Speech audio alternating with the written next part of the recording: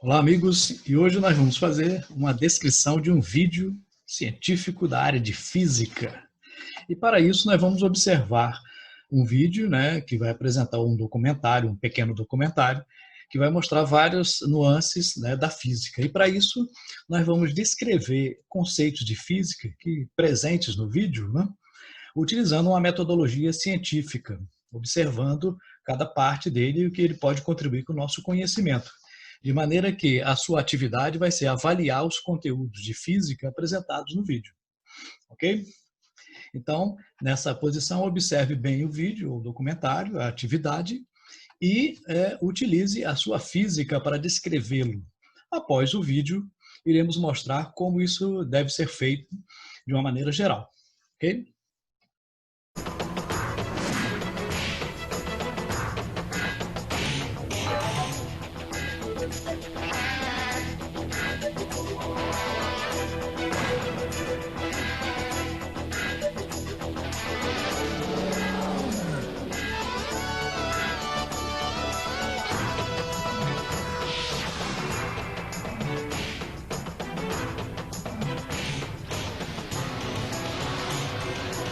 Tudo sobre tempo. Hora de refletir sobre o tempo. A maioria de nós, quando pensa sobre o tempo, o faz com alguma hesitação. O tempo é, ao mesmo tempo, familiar e também um estranho. Nós não pensamos sobre o tempo, a não ser quando estamos atrasados, o que parece acontecer quase sempre. Na física, o espaço é representado em 3 dimensões. O tempo é representado como a 4ª dimensão. Para descrever o tempo, sempre nos pedem para pensar em objetos em movimento. Nós usamos o tempo para medir movimento. Usamos o movimento para medir o tempo.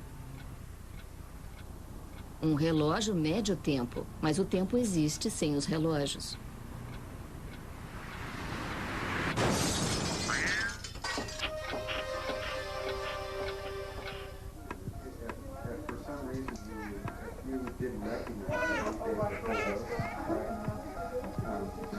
Naqueles primeiros momentos da vida, os recém-nascidos não conhecem o tempo. Suas mentes despertas lembram apenas da pesada pulsação da mãe no ventre. O tempo não tem significado, mas o recém-nascido já depende do relógio, o relógio celular. Mudanças bioquímicas que se repetem em ciclos vêm marcando o tempo desde o momento da concepção. Os relógios celulares são encontrados em todas as plantas e animais. Centro de tempo biológico. Esta é uma cirurgia de olho realizada em uma criatura marinha mole chamada Aplysia californica.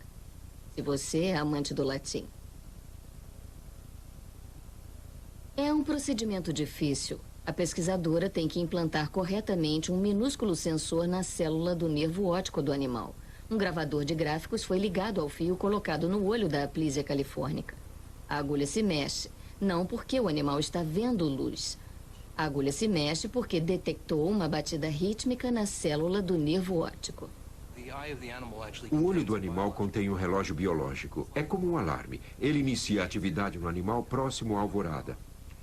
A luz do sol liga o relógio biológico. Ela liga o relógio à hora de Virgínia, mas na verdade é o relógio que controla o comportamento.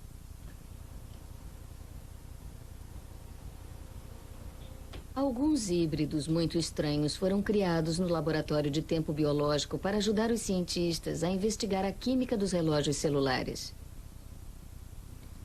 O material do DNA responsável pelo brilho dos vagalumes foi extraído e colocado nos genes de certas ervas daninhas comuns. O DNA do inseto agora controla as células de uma planta. O resultado? Uma erva daninha que brilha no escuro. Sensíveis câmeras eletrônicas podem detectar o brilho, que não é bastante forte para os nossos olhos.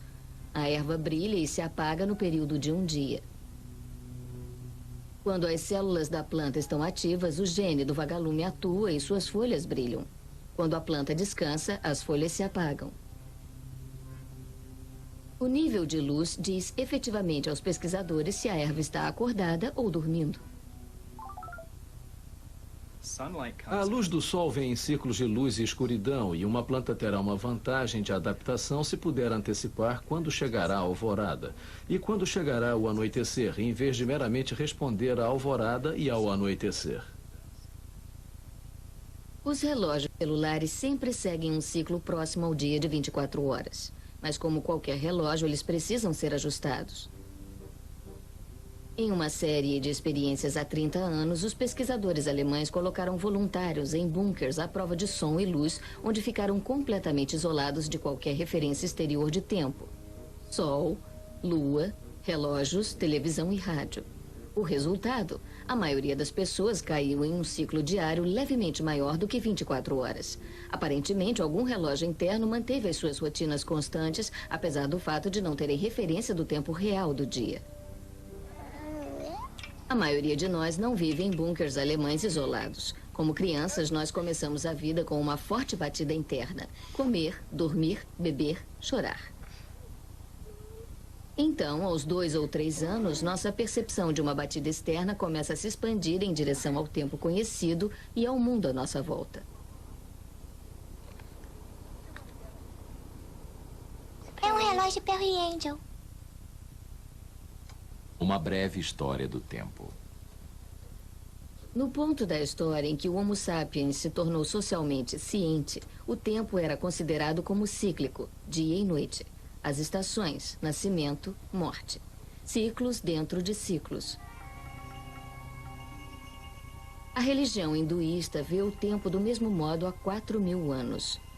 Uma série de ciclos dentro de ciclos que torna insignificante a experiência do tempo. A metáfora do tempo no budismo é a roda da retidão. Buda ensinou que se uma pessoa segue o caminho correto, depois de muitas encarnações, a alma atinge o nirvana, um estado sem tempo. No judaísmo antigo, o tempo era cíclico. E então ocorreu uma mudança no século 9 a.C. Os antigos traçaram a história hebreia da criação até a prova de fé de Abraão à terra prometida. A história da salvação. A história deixou de ser apenas um ciclo repetitivo e, em vez disso, se tornou uma série de fatos que progredia de um início bem definido para uma meta estabelecida. Nascia a história da salvação, a ideia do tempo linear. Mais tarde, o cristianismo adotou essa história da salvação como a fundação de sua própria doutrina. Nascimento, vida, morte e ressurreição. Então veio uma outra mudança fundamental ligada ao pensamento religioso.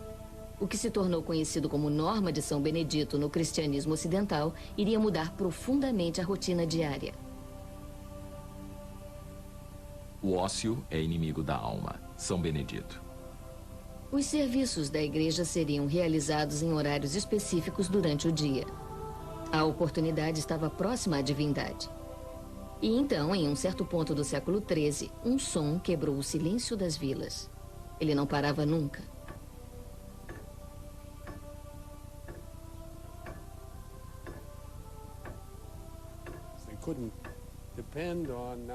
Eles não podiam depender de eventos naturais, porque a chamada prece matinal era feita antes do sol nascer. Então, eles tinham que ter um meio de acordar de madrugada. As vidas dos monges começaram a girar em torno do relógio. Dormir, comer, trabalhar, rezar, tudo ordenado pelo sino, os carrilhões do tempo. O dia agora era dividido em pequenas partes iguais. O nascer e o pôr do sol não eram mais suficientes. O astrônomo holandês Christian Huygens foi o primeiro a ajustar um peso balançando em um relógio em 1656. Anterior ao pêndulo, o desajeitado relógio mecânico Tic-Toc podia variar descontroladamente até 15 minutos por dia. Um pêndulo pode estreitar o erro para 15 segundos por dia. Bem a tempo também houve um aumento de demanda pela marcação acurada do tempo. O povo rural estava indo para as cidades da Europa, enquanto a Revolução Industrial começava a se incendiar. Estava começando a urbanização, cidades e tudo mais. As cidades também têm que prestar muita atenção ao tempo. Todos a bordo! A era do vapor começara e as artérias de ferro uniram comunidades distantes como uma só. A princípio, vilas e cidades ao longo da linha continuaram a seguir seu próprio tempo. Podia ser 2h30 em um lugar e meio-dia mais adiante da linha. Os cidadãos locais podem ter desejado ajustar seu próprio tempo, mas para fazer isso significava viagens de trem muito assustadoras e contatos imediatos do pior grau. Os horários tinham que ser sincronizados adequadamente. Um novo conceito surgiu: zonas de tempo. Para os despachantes de trem, as horas eram importantes, mas os minutos eram cruciais. Com as novas zonas de tempo, era sempre o mesmo minuto, antes ou depois da hora, não importando em que lado da zona alguém morasse. Novos processos industriais exigiam disciplina e sincronização.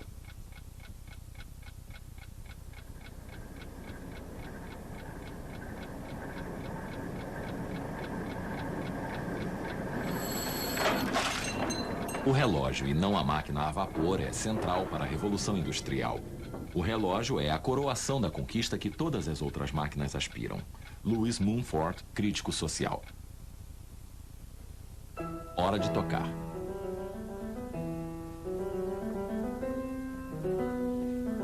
A música compromete a mente humana no mais complexo relacionamento com o tempo. A criação da música parece fluir do âmago do...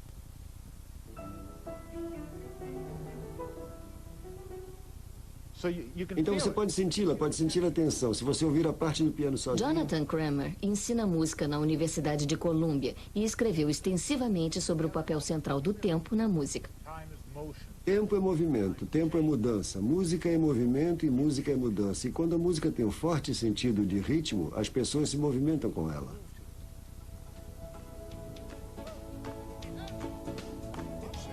Um, dois, três, quatro, 1, 2, 3, 4. E aquele retorno cíclico ao 1 marca um período de tempo que fica se repetindo, e as pessoas se relacionam com isso fisicamente.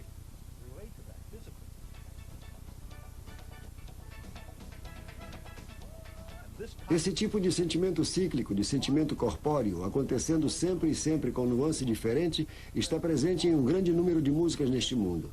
E isso é que é tempo musical.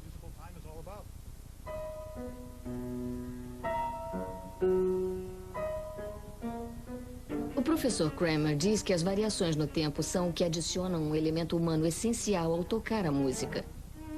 Um violoncelista pode tocar um solo de bar de vários modos diferentes, apenas mudando o tempo.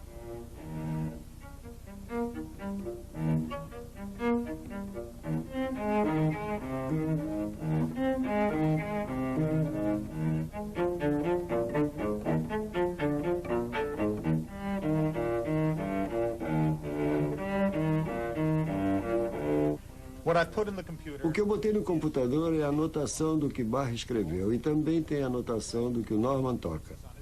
Ele põe isto na estante, olha e interpreta. O que o computador faz não é interpretar, mas simplesmente tocar. Cada nota sai exatamente com a mesma duração de qualquer outra nota. Toda nuance desaparece. Para mim, claro, não é muito agradável depois de um certo tempo. Vamos ouvir.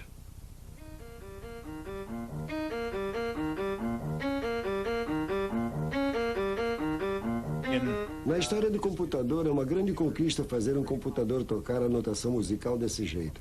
Agora, se já nos acostumamos a isso, vamos ver as limitações. A música precisa de um pulso, de uma batida humana e não do tic-tac absoluto de um metrônomo. Mas você sabe o que os artistas dizem sobre metrônomos. Eles dizem, não os aguentamos, temos ódio deles. Eles sempre querem jogar os metrônomos pela janela, porque o metrônomo diz a eles, se quer tocar comigo, tem que fazer tudo igualzinho. E eles não querem, não podem, eles odeiam os metrônomos.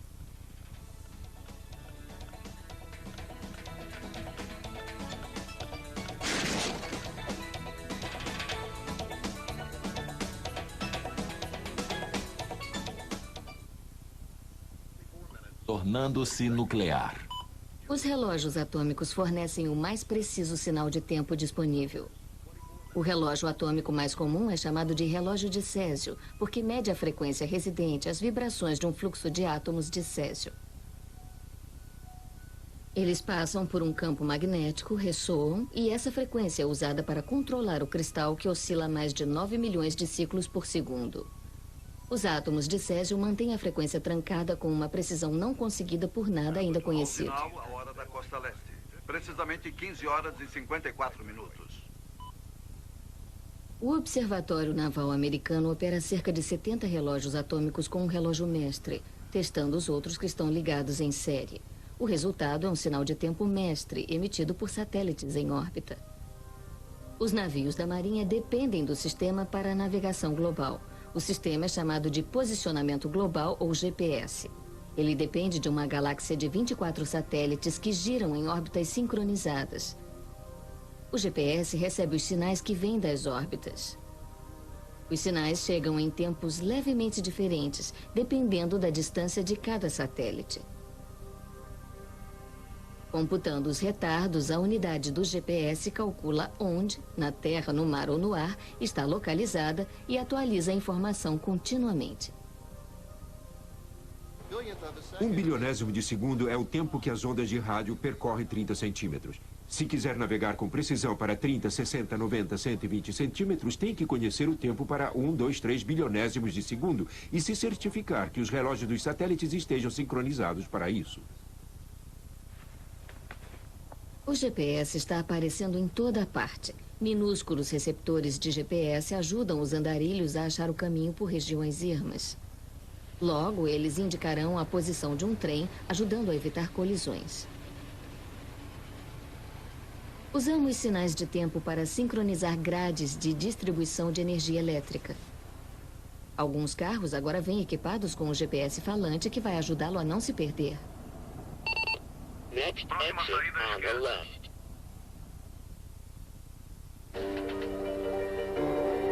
Hora do show.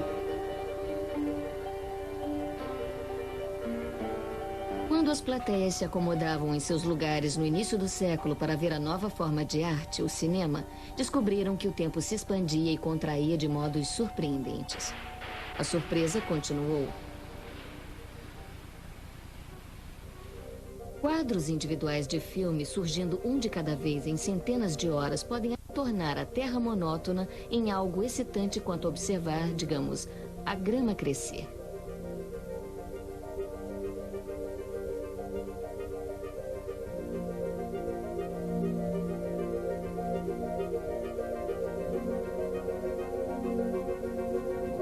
Centenas de frames expostos a cada segundo revelam um mundo de tempo nunca visto antes.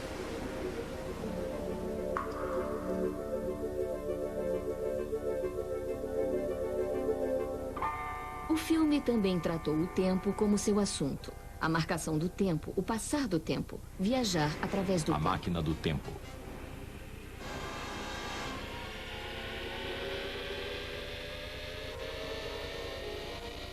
A Máquina do Tempo foi o primeiro filme de ficção científica sobre a viagem no tempo.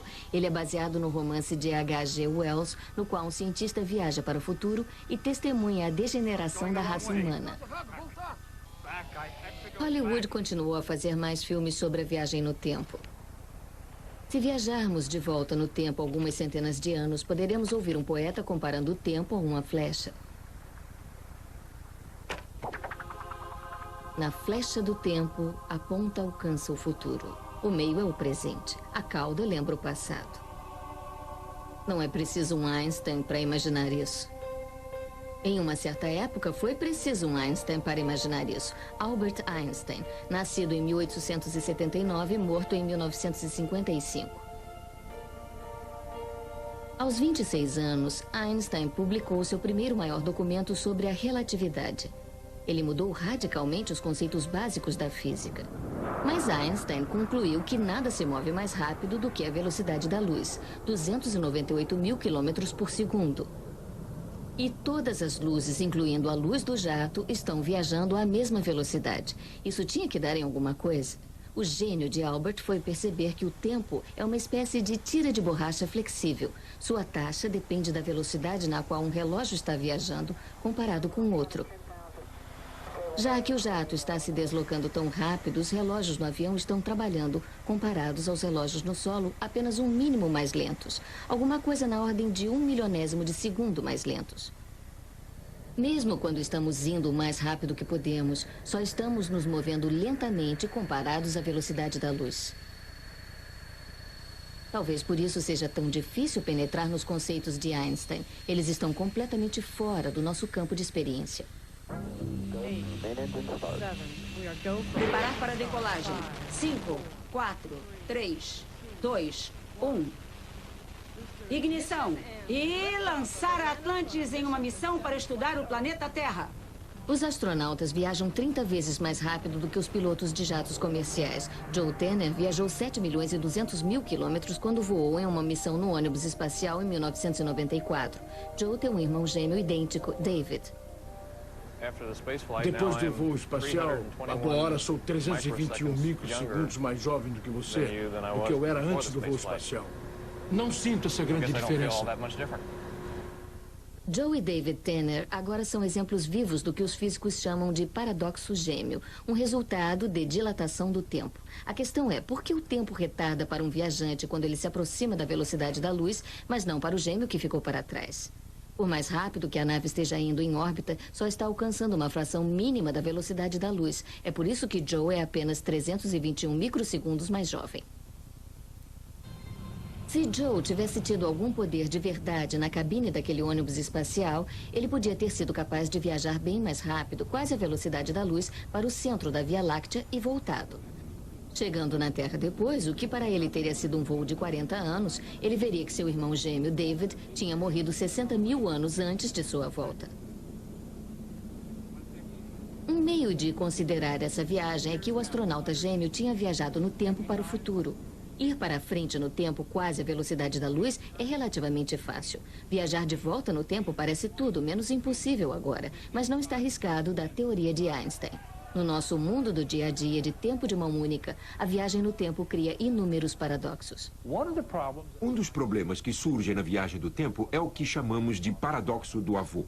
O paradoxo do avô diz, se a viagem no tempo é possível, então deveria ser possível voltar para trás no tempo e matar o seu avô antes dele ser pai do seu pai, e aí você teria problemas.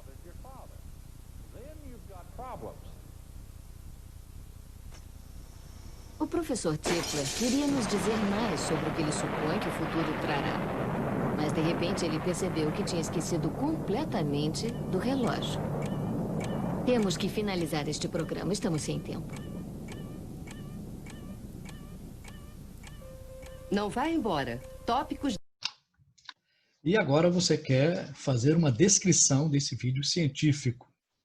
Ora, existem várias formas de se fazer isso, né? Iremos mostrar uma dessas formas, mas poderá ser uma variante dessa, contanto que tenha as informações que esse nosso modelo contém. Okay? E no início, a primeira parte, nós vamos fazer, com esse exemplo, a identificação, a área e o título. Então, inicialmente você tem que identificar-se, né? Colocar o nome do estudante, qual é a sua turma, qual é o seu número de inscrição, etc. E identificar quem está fazendo, quem é o responsável por isso. Depois você vai identificar qual é a área da física, né, que está envolvida. Se é ótica, eletricidade, especificando também a sub-área, né? Ótica geométrica, eletrostática, eletrodinâmica, né? Ou física moderna. Depois você vai criar um título para o vídeo, você vai identificar ele. Muitas vezes esse vídeo já tem a identificação, né? Você coloca o nome dele. Ou então você cria um nome que descreva as principais atividades realizadas no vídeo. E depois, na segunda parte, né, você vai colocar as informações científicas que você conseguiu coletar com aquele vídeo, né? Aí nós sugerimos que sejam 7 informações relevantes que estão relacionadas a fenômenos físicos, né?